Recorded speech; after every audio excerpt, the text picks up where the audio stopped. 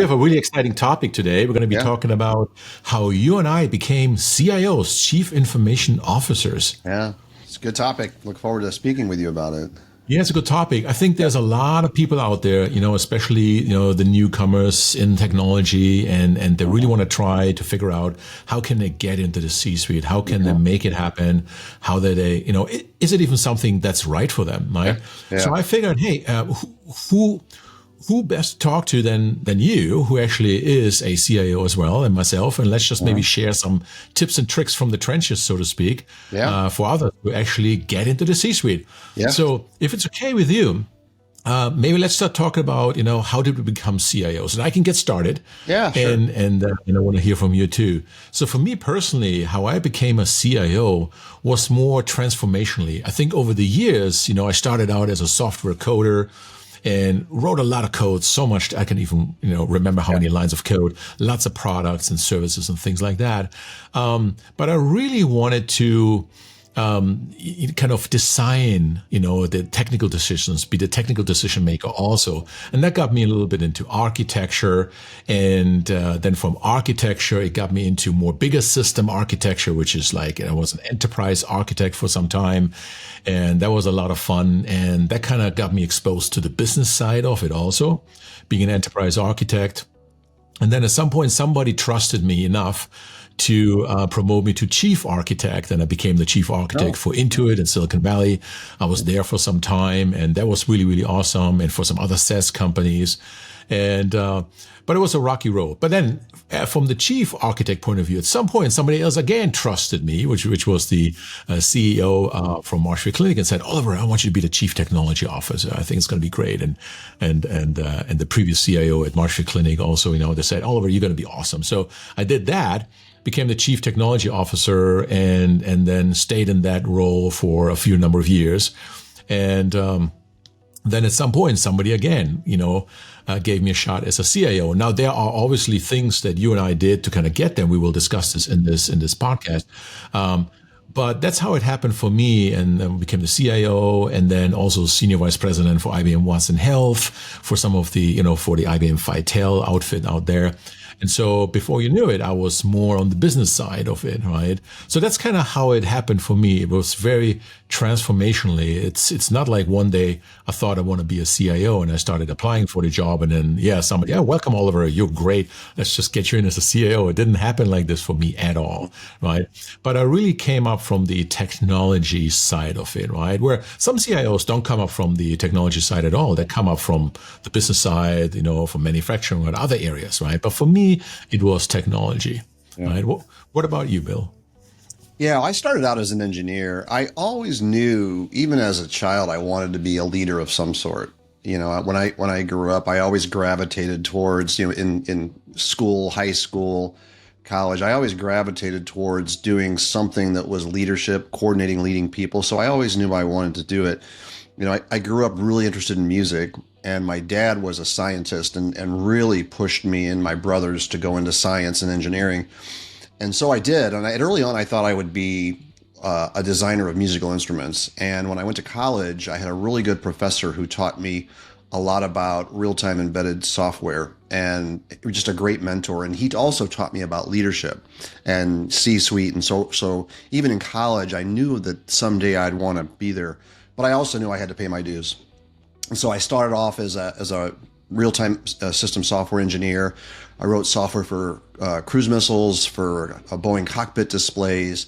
And then at some point, I wanted to go into business. And so I got an opportunity to join Ernst & Young in the management consulting group, and I became a leader in there. And that was really when I started realizing, I want to be a manager. I want to be a leader. I want to work my way to the C-suite. But it took time. And so, I ended up running I joined Enterprise Rent-A-Car. I was there 20 years. I ran every part of IT, but I was never the CIO. And so we can talk more about it. But my road was ultimately going to be CIO. Yeah, that's really interesting. So similar background. You actually mentioned music. I totally forgot about that. My mother actually, I would say in quotation, forced us children, my sister and I have to learn piano, flute, and the accordion. Typical German instruments, right? Yeah. But it never occurred to me now that you just mentioned it, that maybe that had something to do why I ended up in technology in that kind of problem space, right? I mean, when you look at musical notation and everything, it kind of makes sense. It's very mathematic in nature. Right? Absolutely. And just the structure is very structured. It's mathematic. It's somewhat of solving a problem, and it's creative too. So maybe you're onto something. Maybe the influence of learning a musical instrument might have something to do with me ended up being in the technology field. I think could very well be. And I do think it's interesting how music has a like a mathematical underpinning, like you said. And I think that's one of the reasons there's so much electronic musical instruments and technology in music, because really the underpinnings of music, it's all math, frequencies and such. So that's it is very fascinating. It is fascinating. And it's also, I think you need to have a certain sense of creativity, right? And we always said when we were coders, right, we said coding is a form of art. And it really is. It is a form of art, right? You can get quite creative with it, sometimes too creative, and projects don't make it out of the door. But, it's very, very interesting. So that's good. So we end up as CIOs, right? But why technology? So, I mean, we talked a little bit about this is how we started out, music kind of potentially had something to do with it. I actually really like that thought. But why technology for you? I mean, could have been maybe another field? Yeah, I think I landed in technology because it was drilled into me as a child, and it came easy for me. And I did enjoy math. I remember my dad was a tinkerer. He was a chemist for his job, but he was always tinkering, fixing electronic instrument devices in the house. He would fix the blender rather than buying a new one. And he was, as soon as the IBM PC came out, he bought it. And so we're sitting there figuring out DOS and WordStar and such. And so I've always been interested in technology. But I think what I was really interested in, I didn't have this distinction back then, but what I was really interested in, what you could do with technology. And I think I've carried that my whole career. Like, I would tell people that in my organization, I really don't care about technology. What I care about is what I can do with technology. And that really helped me. And I think one of the things I enjoyed most about being a technology leader was learning the business. And then learning the business and saying, okay, how can we use technology to make our business better, more competitive, more strategic? And so kind of the marriage of technology and business is really what I enjoyed. It's amazing, how similar our tracks are. For me, it was a very similar experience too. I was very techie. I always tinkered around with stuff. And then even I got a little bit into the music a little bit back in the days in Germany and started programming synthesizers and drum machines and things like that. And that was a lot of fun. So I always had an aptitude for just creating something, especially with technology. But when it comes to the business side, especially in my early years as a chief architect, I noticed it there gradually, but it became more of an issue for me when I became the chief technology officer, and especially on the chief information officer side early on. I realized that I had a gap in business. I realized that I was technically super strong. I could definitely, walk the talk, so to speak, and engineers and infrastructure people and the cybersecurity guys, everybody respected me. And I was like, okay, Oliver really knows what he's talking about, for the most part. But there was always the business side. I almost felt like I had to fake it. I found myself in conversations with business leaders and C-suite peers and what have you, and we tried to solve business problems. And for me, the early answer was always it was a technology solution. It was the answer, right? I was like, oh no, but back then I didn't see it any other way, and I found out through a very good friend of mine and an executive coach. It really, really helped me to kind of realize that there's a gap, right? And I'm one of those guys who, I really hate to lose, so to speak. And my former, boss at ChenMed always said, Oliver, I hired you because you hate to lose. And he was right about it. I really hate to lose. And that is not the same as knowing how to lose, right? Or enjoying to win. I more hate to lose than I enjoy the win. I really hate to lose. And as a result of that, I got these degrees that are on the back there. So I got my executive MBA. And then I really had to, go on and dig in so deep in the business side. I became a doctor in business administration. And I really wanted to go as deep as I can to really remove that gap I had.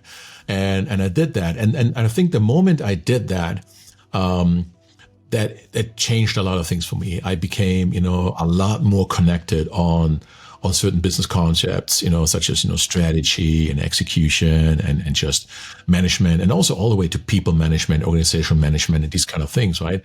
And I think, for me personally, the realization over the years is that it doesn't matter how technically strong and gifted you are and where you were, when you start taking on some P&L responsibility, when you start managing, in my case, at some point I managed $900 million of P&L, and recently it was $34 million at a different gig I had, right?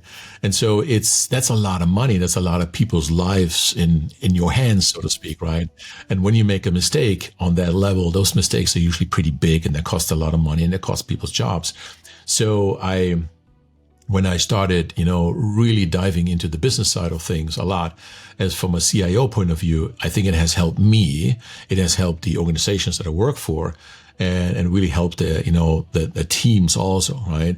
And that was a big transition for me, a transformation. Let's call it a transformation, to really move, over the past years, to move from this technology focus and tinkering around with stuff and building a product because it's cool to do so, and customers are excited about this, and a lot of people tapping on your shoulder, well done, Oliver, great, the product works, customers love it, make us a lot of money, but then actually sustaining that growth and moving it to the next level as the CIO, right?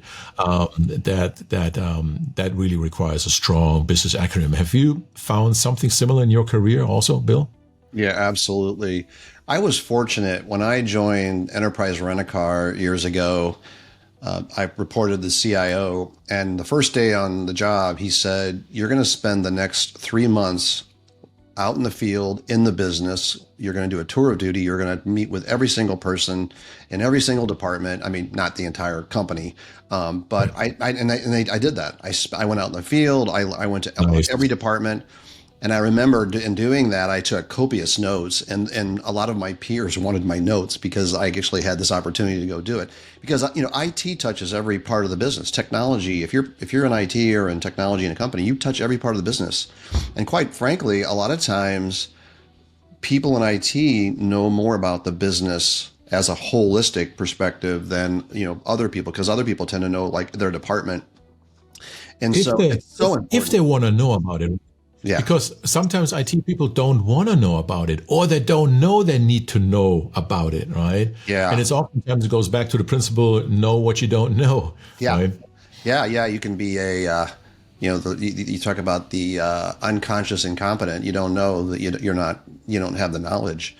And that's so, right. So I was really fortunate. And I think my early engineering days, my days working with the DoD and FAA, the one thing I learned, I'm glad those were my first jobs, because I really learned a lot about engineering discipline, methodology. You don't move on until you've got the first part complete. And I believe in Agile and the current development frameworks by all means. But because I learned you have to know what are you building? What are the requirements before you build it? And so for me, it was sort of instinctive that, I have to learn the business. Like, what are we? And the other reason for that is everybody wants to be innovative and everybody wants to contribute and create value for an organization. But if you don't know the business, how are you going to create value? And so I've just found that. And so I just learned that. And so ever since that time, even in my CIO jobs, the first thing I did was dig in and learn the business. I had to. Absolutely. And you just said, how do you understand how you create value, right? But also, how do you keep your organization motivated? I think one of the best motivators for the organization is for everyone to know how to make a difference. And I think a portion of a CIO's job, actually a large portion of a CIO's job, in my view, is to make sure that the organization understands what it is they're solving for, right? And so that, because by the time they get to, create something or just keep the engine running, whatever it takes. It can't be just about technology and what you do every day, but truly understanding what impact you've just made, and more than just adding to the bottom line of the business, right? I've seen business leaders that all the talk about to their staff is, oh, we made this much money again, or the stock prices are, at this level now, and congratulations. And it doesn't motivate anyone. And I think one of those things that really excited me to be in the executive leadership from a technology point of view was actually to convey how value is being created, as you said, but then also what does it really truly mean for the customers? Yeah. Aside from, for example, in healthcare, healthcare organizations, yes, they make more money and they increase their, charges and what have you, but they're actually saving lives. And when you start conveying a message like this to the folks in IT, to the folks in engineering, right? When you actually say that, hey, every line of code that you wrote, the more reliable that line of code is, the more stable and reliable that patient visit will be. And as a result of that, that doctor will have more time talking to the patient and actually educating the patient about their health and the health outcomes and making a real difference in somebody's lives, right? And probably their family's lives also, versus just having to deal with technology issues. The EMR doesn't work anymore, or what's happening? I got this pop-up. It's not good, right? So I think I like what you said, where you went out in the field, you learned from the trenches, the business side of it, how problems need to be solved, why problems actually exist in the first place, and then probably also looking at opportunities. I did something very similar when I worked as CIO for ChenMed or some other outfits out there, or even for I was a CIO for other companies out there. That going to the centers and actually meeting with the staff, meeting with healthcare professionals, shadowing them, how they provide care to patients and everything, and how they use the technology. That to me was a distinctive growth attribute to me as a professional CIO. I think without the desire to be as close as you can to the problem space itself, which is also the opportunity space, you're really only going to be a techie CIO. And if you're a techie CIO, you're probably not going to connect really well with your executive peers, which is very important. And you're probably going to have a very poor relationship with your CEO, with your boss, unless the CEO is also very techie. But then I think the company will be in trouble. Yeah. And, once you get stereotyped as like a techie CIO, it's hard to undo that. You have to really be in conversations around business value and marketplace and such. One of the things that you triggered me to think about was around understanding the business and creating value. One of the things that I used to do as a CIO, well, actually I did it as a vice president at Enterprise Rent-A-Car. And then when I was CIO at Pods, I did it. And then at my eye doctor is I would work with my team, and everybody on the team, you could be a test engineer, you could be business analyst, doesn't matter what role you're in. Every person on the team had to write their value statement and the value that they create in terms of the business. And so my point was, if you get on the elevator, you're a software engineer, and the CEO says, "Hey, what do you do for our company?" If you say I write Java code, that's not going to resonate as well as, what? I make it easier for customers to buy our products. I make it easier for our patients to recover, whatever the problem domain, but to get into that language, because ultimately all the dots connect from every employee to value creation. And if they don't, they probably shouldn't have the role. Yeah, absolutely. The language of business, which is critical, and that I think a lot of people need to really understand this, that have that kind of aspire to follow in our shoe steps, so to speak, right? Where footsteps. And basically, to become a CIO, to go into the C-suite, no matter where, you have to have a very strong acumen for business. You really have to understand and be able to speak the language of business. It's like speaking the language of stock trading. Yeah. Where in the beginning it's like, I don't know what these words mean, right? You look at the ticker, you have no idea what these things are, and all you really have to do is subject yourself to it long enough and listen long enough and ask questions to kind of decipher that lingo. And before you know it, you speak the language of, day trading and things like this. Same with any other profession. And I think the same is true for upcoming CIOs to, at some point, you have to have a natural aptitude. You can't fake it. You have to have a natural appetite and aptitude for learning the language of business, to really have a desire to find out more, right? So let's talk about how somebody could transform themselves to get closer into that, right? What would you say that for somebody who is a gifted, engineer today, gifted software developer or architect, and or even business analyst or project manager. It doesn't matter really where they are, but if they have a desire to become a CIO, what's like the next step for them? I mean, how could they go about finding their way into the business side of things? Yeah, and I think there's many different roads that lead to the C-suite. And I think, if I think back to my career, I didn't know exactly how I was going to get there, but I knew whatever it was that I was going to do next, I wanted to make sure it was interesting to me. So I would be, really have a natural passion for it. Two, I wanted to make sure that it was important to the business, strategic, valuable, so that there would be more visibility, because like it or not, to make it to the C-suite, you have to be visible. You're not going to make it if you're in the closet. So I always tried to focus on what are the upcoming things, the upcoming initiatives that are strategic, and how could I get involved with those, and how could I hold a leadership roles in those. And then third is getting a variety of responsibilities, and that could be hard. So for example, at Enterprise Rent-A-Car, I was running software engineering and data mining and analytics.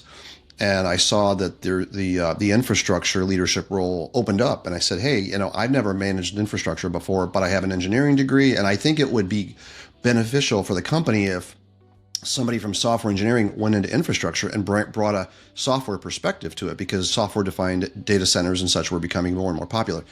And so I think getting a variety of responsibilities, because actually at Enterprise I wasn't CIO. I left. And I got my first CIO job, not having been a CIO, but I was able to connect all the dots of all the areas of IT that I ran and actually sell myself into the CIO role. So that's a huge leap of faith for the CEO, right? Especially when you say for a different company. And let's just talk about this. So sometimes, and I see this, like people work as an architect or developer, and then they apply for a job that's like they've never done before. Director, executive CIO. I'm almost a little bit worried about, are they ready to do the job already, right?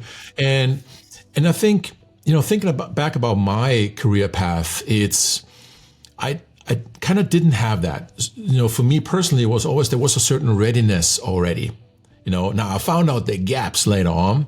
I stepped on many minefields thereafter, obviously in any role thereafter. But there was always, for me personally, there was always a business leader, somebody in the organization that saw me working, that saw how I participated in meetings, that at some point thought that Oliver already is that CTO or that CIO or what have you. It's like, we might just give him the job, right? And so that's how it somewhat happened for me. I never had that happen where, I was one thing and I applied for a completely other role and then tried to fake it until it become it, so to speak, right? Or try to figure it out. And I think, and I don't know why I didn't do it that way. I just never, it never happened for me this way, but it's interesting to hear that this is how it happened for you. Now I can imagine that when you step into a brand new title, a brand new role, and I think a lot of people try to do that, right? And there's maybe nothing wrong with it. Clearly it worked for you. So if you step into a brand new role that you've never done, I would imagine that the business that just hired you in that role takes on more risk. Now, how do you navigate that risk? So when you stepped into that CIO role, what did you do to make it? Or did you not make it? Could also happen. Yeah. No, I made it. I think I was quite successful and enjoyed the role. One of the things that I think I would want to call out is that whenever we're in a role, we're always wanting to work with our boss to take on some of the boss's responsibilities. And so by the time I applied to be a CIO, I had already done a lot of CIO work. I had presented to the board. I had presented to the board of directors. I had developed a strategy. I had provided updates to senior staff. I was in meetings with the C-suite. So budget, risk. If you think about all the roles of a CIO, I had done almost all of the roles. The one area that I wasn't as involved with was security, but I called that, hey, just to be clear, I don't have as much experience with security. So I made sure I had a really good security architect. And so I guess the one thing is making sure that you know what you don't know and getting help in that space. And so I think for me, I knew what I had experience doing some of the CIO work, even if I wasn't a CIO. Two, I knew what I didn't know, and so I made sure I had help to manage the risk. And I think that's probably the biggest part of that. But I think going back to what I just said, I think that's a message for everybody and for leaders is if you are a vice president of software development, work with your CIO if you report to the CIO and do as much as you can make offers to help them do what they do. Present a board develop a board presentation, put a budget together, do some expense analytics for whatever your boss is doing. Try to do more and more of that, and then by the time you get that role, you've already done quite a bit of it. Perfect. So it's very similar. It's basically the same thing that what happened to me. It's you kind of already started doing the work, and there was a certain level of readiness. Yeah, that's wonderful. I see a lot of CIOs, and I've seen this more and more in the last couple of years. I'm out talking to people, and I run into CIOs who had never been a CIO, and they were hired because of their trustworthiness. That was the number one. That was the number one thing, is they were trusted. Now, they had fundamental leadership capabilities, but because of their competence, their reliability, their sincerity, their brand or their reputation, they were hired knowing they were trustworthy leaders. And then the company was willing to take a risk on, maybe they didn't understand all the technology, but they had to build a good team. So I find that interesting. That is interesting. At the end of the day, it's called IT management, right? Yeah. Or IT administration. And the management administration parts, which is the business part, obviously, and how to manage people and how to manage, programs, projects, and things like this, to have that kind of tool belt, so to speak, that frameworks and other things that can help you to execute and help your team to execute. That is critical. And trust is very important too. Obviously, as a CIO, you do manage, big budgets oftentimes. And, as I said in the beginning, when we make a mistake, that's a big mistake. And we don't want to make these kind of mistakes. So I think it's going to be critical for people that just want to move into the CIO space, that really want to pursue this, to understand that there's a lot more to just being, technically good and these kind of things, or even being, trusting. Trusting is very important. And I think whoever hires you needs to have a level of trust that you can, figure it out, because I've never stepped into a new leadership role being like knowing everything. The first hour is like, I'm ready to go. It will take time to figure things out, to learn the language of that particular business, of that customer, of that team, and these kind of things. And I always say, first seek to understand why things work already today, even if they're not working well, or they could work more efficiently. But first seek to understand, why things work today, and then work with everyone else to kind of, see if there can be improvements down the road. But it's that kind of thinking, which I sometimes call being the adult in the room, so to speak, right? Yeah. And I think that's very critical, going back to trust, right? And when you hire somebody into the CIO position, I think what CEOs look for is for somebody who's the adult in the room, so to speak, right? Not somebody who comes in and says, "Oh yeah, this technology is awesome and this is great and we're going to do this immediately." What do you mean you're not web-based yet? We got to go web-based immediately, right? That's not really creating a lot of comfort and trust, obviously. And it's more like, oh, there's a guy who's going to stir up the pot and everything. And that is something that I actually had to learn also, right? I did stir up the pot once or twice. And one time for the right reasons, but the other time actually for the wrong reasons. And that wasn't so good, right? But that's how you learn, right? Sometimes steering up the pot requires a lot of trust. And I would say trust, but verify first before you actually stir up the trust. And you and I know that this is when you collect some numbers and things like this, and you really make sure that you have your ducks in a row before you kind of transition your organization into something else. But it's critical to understand that a CIO needs to have the comfort, or needs to find the comfort knowing that oftentimes we have to challenge the status quo. We have to rock the boat a little bit in some areas, or the balance sheet is telling us that, hey, something needs to happen here, and unfortunately you have to make some unfavorable trade-offs, right? And so it's a tough spot sometimes. And I think what I learned over the years as a CIO, just being in the executive leadership suite, you can't please everybody all the time. No. And whereas when we started as a software developer or as an architect, we were part of a team and we always pleased each other, and there were trade-offs and things like this. And but your team changes. It changes to your peers, your executive peers, right? And then you get your customers in there also.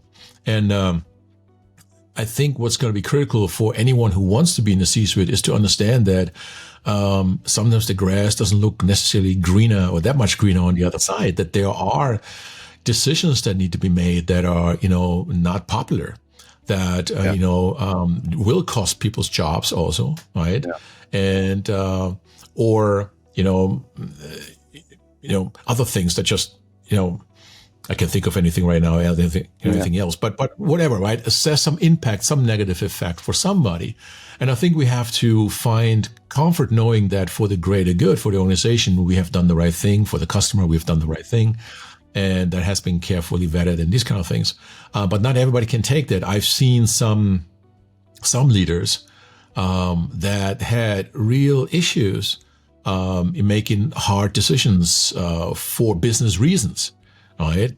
And I'm not saying right or wrong reasons here. There's business reasons, and they couldn't make those decisions, and it cost them dearly, or it cost the entire company dearly, right? Because certain decisions were made. Have you ever found yourself in a situation where tough decisions had to be made that had a impact on employees, but it had to be made? And how did you find, in quotation, comfort, or maybe there's never some comfort, right? But just knowing that this is part of the job where you have to do that. Yeah, I think many of us have had to go through a reduction in workforce. You're seeing a lot of it right now. Every day we're seeing in the news reductions in workforce. And, I had a manager a long time ago tell me, if you enjoy firing people, you probably shouldn't be a manager. Letting people go, and so, I was in a situation where we had to go through a reduction in force, and we had to let a large group of people go. And I remember one thing I told myself was, we're going to do this right, and I don't know what that means, but we're going to do it right, and we're going to take care of these people. And we can rush through a lot of things in leadership, but that wasn't something to rush through. And so we made sure that we talked to everybody. We explained what was going on. And these were people, we knew their families. We had company picnics, and it was very hard letting people go. And we made sure we listened to them. We helped them, find jobs.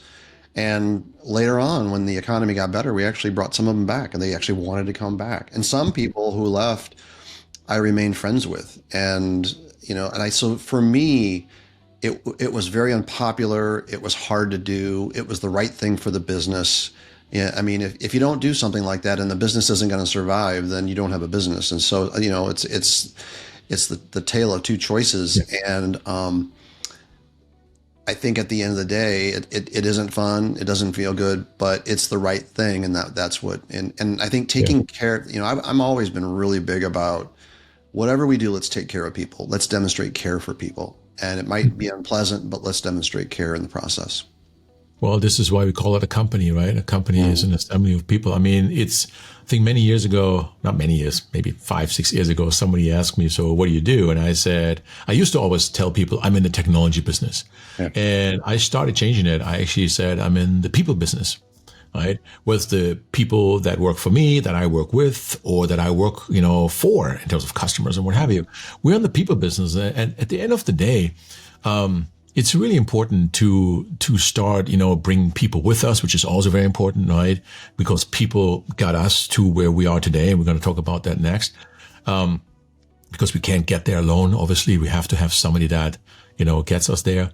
But we are in the people business, and I actually made a, concerted effort over the past probably 8 years or 10 years almost now to really dig in the literature on, coaching and mentoring and guiding others and things like this, and building relationships and really, building up my levels of emotional intelligence, so to speak.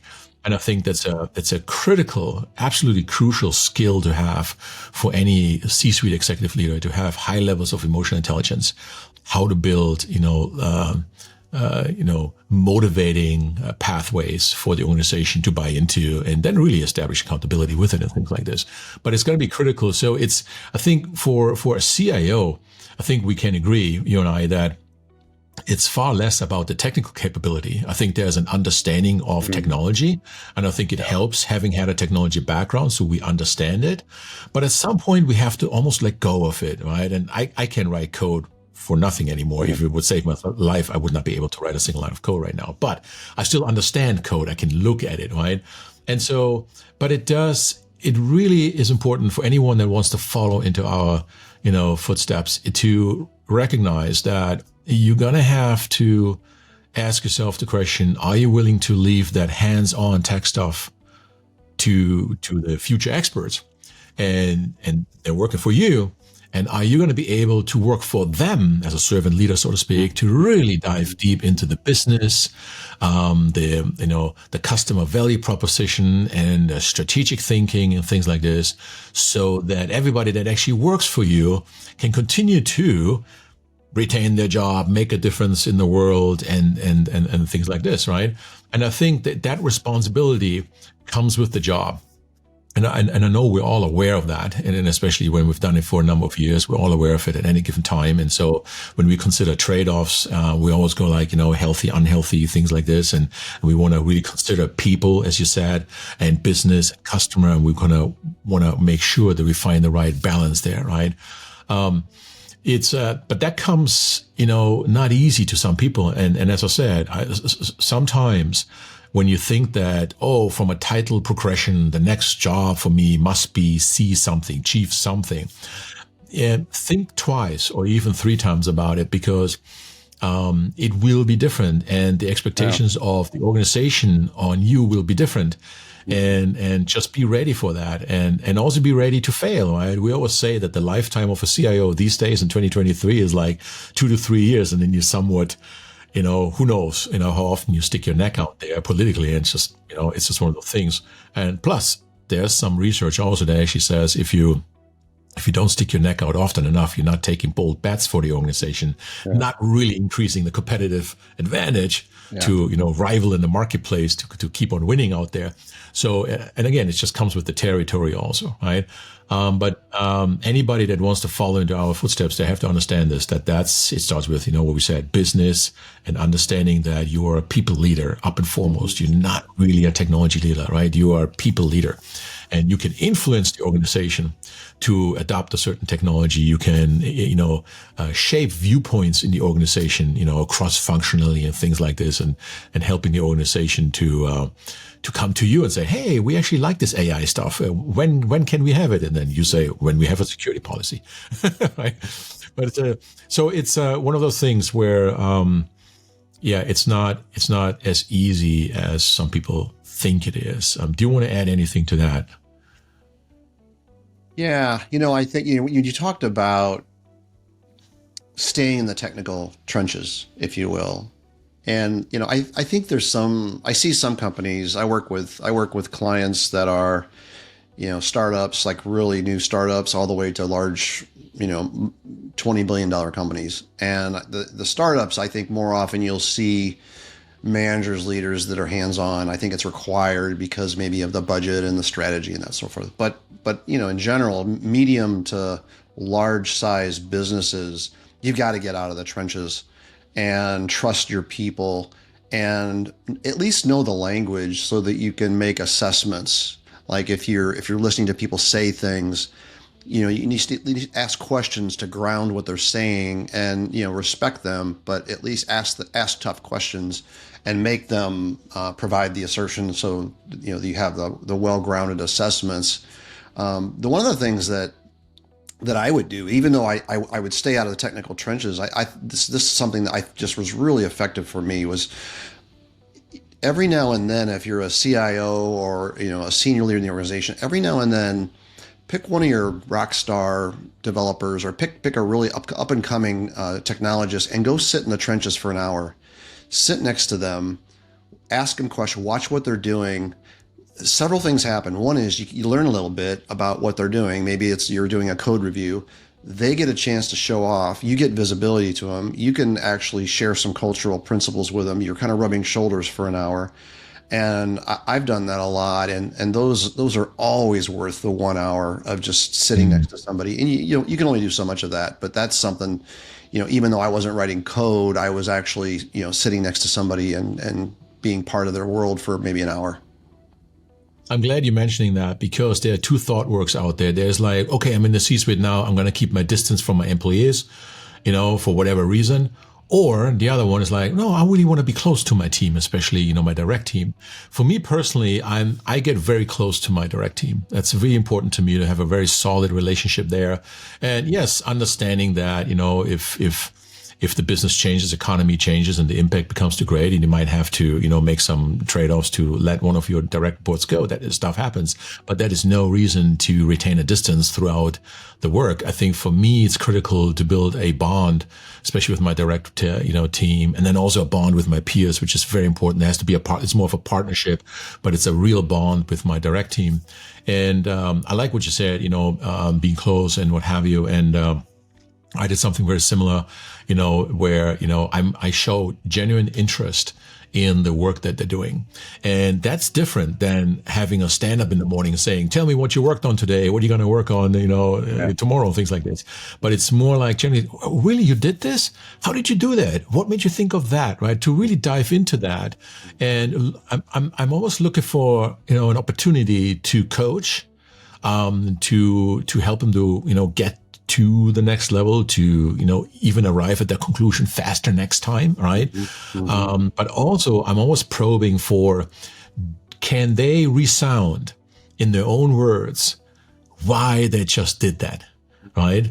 And did they do it only for technology reasons or product reasons, or did they also do it because of the cultural reasons, the company culture? Did they work with their staff in a way to promote a healthy, engaged culture that is customer centric, so to speak, and things like this. So I'm probing for that. And I'm kind of sensing those levels. And then depending on what I'm sensing, I kind of take an opportunity to coach and guide them and says, hey, let's make sure we understand why this actually works the way you did it, right? Because it's fabulous, right?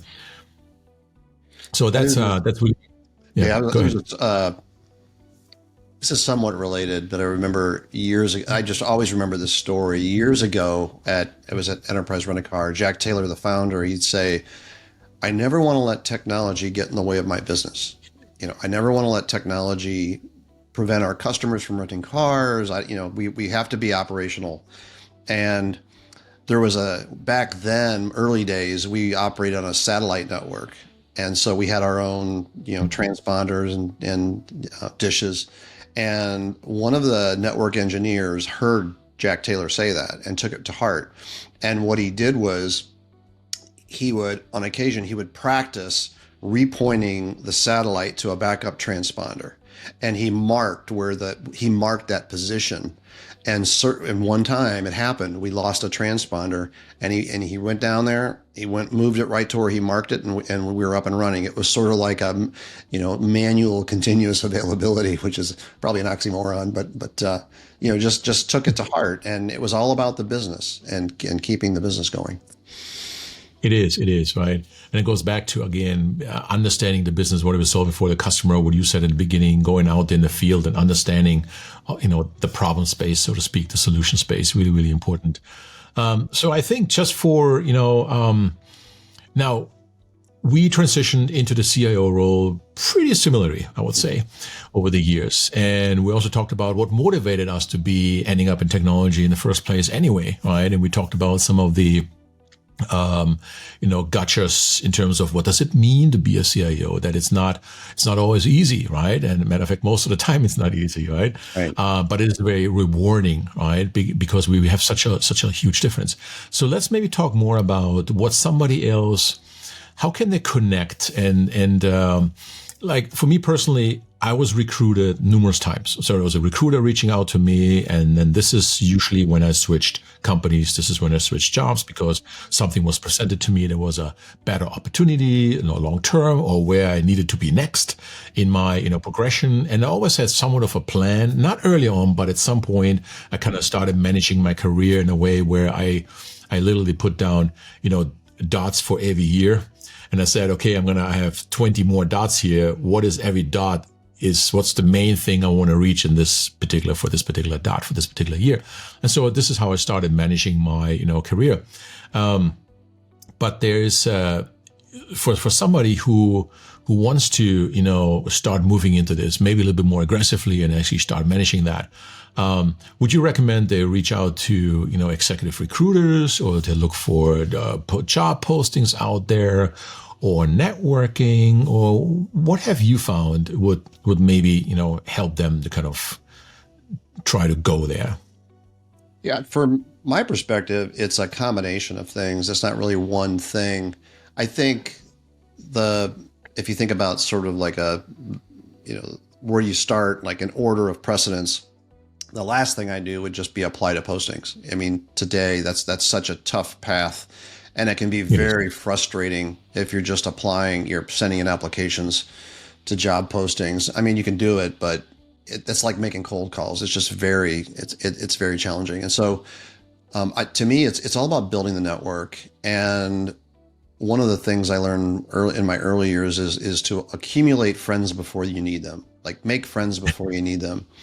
And so you can't wait till you want a job and you start making friends and asking these people to help you get a job. And so it really needs to be part of a plan of building a network. And so if it's on LinkedIn, start with people you know, and put a plan in place for how often you're going to connect and how you doing. And you want to have today it would be a virtual coffee. Would you like to chat?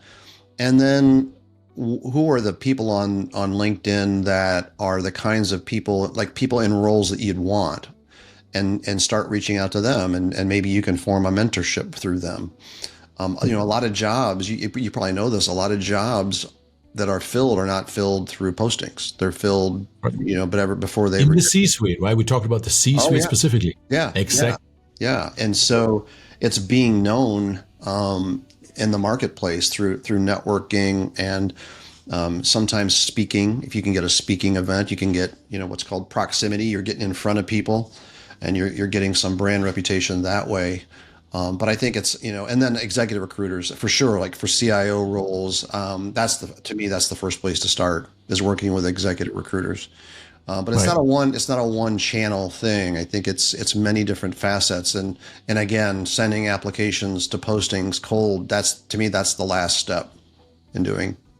Yeah. But it does work for engineering jobs, right? Oh, yeah. This is what people need to understand, right? It's when you apply for engineering jobs, yes, you can apply online, and especially with, the ask for, experienced resources these days, you're not going to have a hard time finding a new job. That will happen quite quickly, right? Especially in technology. But the game changes when you go into the C-suite. Matter of fact, transitioning into the C-suite hardly ever comes with a job application. It's either somebody finds you or somebody trusts you. That's what you and I just talked about. You brought up trust, and I said finding. Somebody finds you, and you say somebody trusts you to give it a chance. Yeah. And this is critical. I also agree with you that always network. This is what everybody in the executive suite has in common. At least the smart ones. They all network all the time. They go to golf events, they go to sim events, they go to other events. They are just constantly out and about and network. But there is another channel of networking that is often overlooked. It's actually your own employees. So if you have your own direct reports, like I have direct reports that worked for me, 10, 15 years ago. They are channel managers today for, McKesson or IBM or Microsoft, one is a VP of patterns and practices or something like this. And they're friends. We work together or we just known each other, and they have seen me in action. Even if it was 10 years ago, they know what it means to work with Oliver Decknan. And it's actually oftentimes, as your direct reports now move up in the world also, and you already moved on to other things, right? They remember you if they had a good interaction with you, and they might present those opportunities to you. That happened to me twice already in my career, where a former employee presented an opportunity to me. It just happened recently again. Somebody out of the group that I work with, that worked for me as a software engineer at Watson Health, and reached out to me and says, "Hey, we're looking for a CIO. Are you open?" Right? It's like, really? It's quite amazing how it happens. So never waste a good opportunity to network with people and stay connected with people. But there's a difference between a network and an address book, I would say. An address book is where you have everybody's phone number. That's useless. What you want is a network. A network is some people that remember you. They remember how they interacted with you, how you interacted with them. It is that experience, right? This is why it's critical as a CIO. And yes, most new CIOs, they go through the honeymoon period a little bit, maybe a couple of weeks, and they say, I'm the big boss, I'm the CIO, and blah, blah, blah. But that should really, really reside really, really quickly, right? It's not good to have a big head there and celebrate the title. Don't do that, just FYI. But it's critical for them to realize, especially new CIOs, your job is to make a difference. Your job is to make a difference in people's lives. And that includes customers, peers, boss, direct reports, lives. And when you do that, when you follow that principle, and I've been following that for the past 10 years at least, making a difference in people's lives, regardless whether I get paid or not, I will try to make a difference in people's lives. People will remember that, right? And I think it's one of the things where, look at some marketing gurus out there these days on YouTube. They all say, start with value first. But start with personality first. Start with, connecting. Try to help people when you can help people. Because every time I do that, I feel better about it. And I don't get burned out as much in my job than I see some other people, right? To take the time to help people.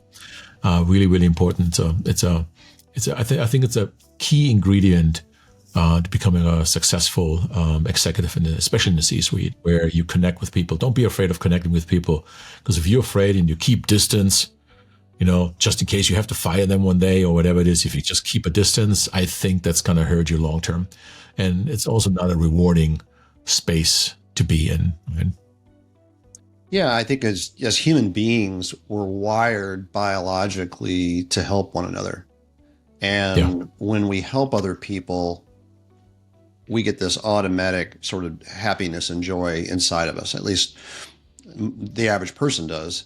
And so when your purpose is to help people and to help them in their situation, make their life better, whether you're paid or not, it pays back to yourself at the end of the day. You just feel better about yourself. And so, you and I both seem to have that way of being. I do what I do to help people, and I get a sense of joy and purpose out of that. Yep, that's why you and I are, talking today, and I'm really hoping that this was, is extremely, informative for everyone else who wants to step in our shoes. And again, I'm sure they can contact you, they can contact me if they have any questions, right? And we're here for you. You can find us, on LinkedIn, on Twitter, and we put our social media stuff, in the comments below.